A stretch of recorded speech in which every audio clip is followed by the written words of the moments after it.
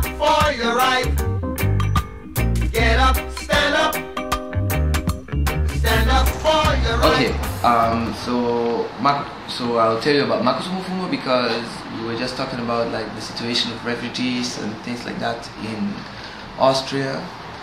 And okay, it's like in Austria, if you come and seek refugee, if you seek asylum, you have like you'll be entitled to get like a basic housing and money like €6 and social insurance. But anyway, at the time when the whole thing with Marcus Mufuma happened, it wasn't like that. At that time refugees wouldn't get anything until their whole case was processed to the end.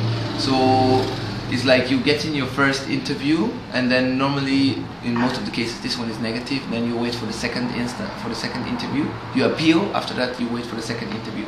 If you get your second interview, also in most of the cases it's going to be negative.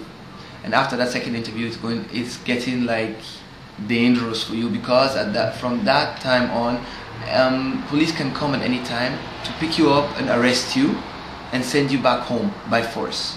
That's what happened to Marcus Mufuma. He was in that state, because you can still appeal to the highest court, but it takes time until that appeal really gets into action. So he was still in that process, and they arrested him. They put him into prison because for being a refugee or whatever. So then they sent him home by force, and because he was complaining and protesting, they took like solid tape and they tied him to his seat in the plane was loaded with people. It was packed with people. Everybody was there. They tied him to the seat, like on his legs, on his chest, so he couldn't move anymore, and they tied his head like here to the seat.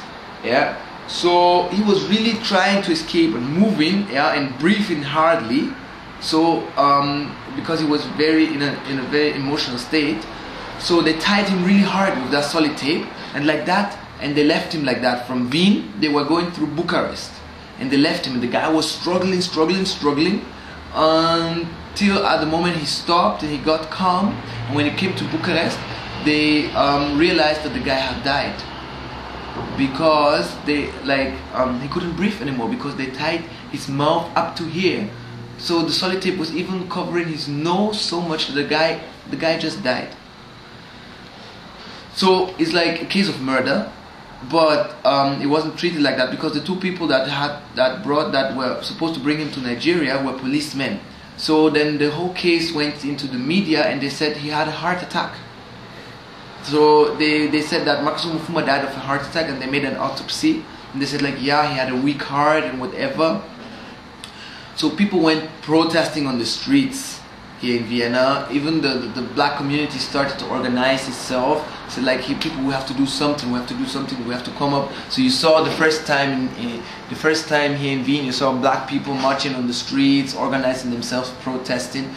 But the whole case took a long time legally. At the end, the policemen were set free. They are still out there doing their duty. They were not charged for anything. Get up, stand up. Stand up for your right. Get up, stand up. Don't give up the fight.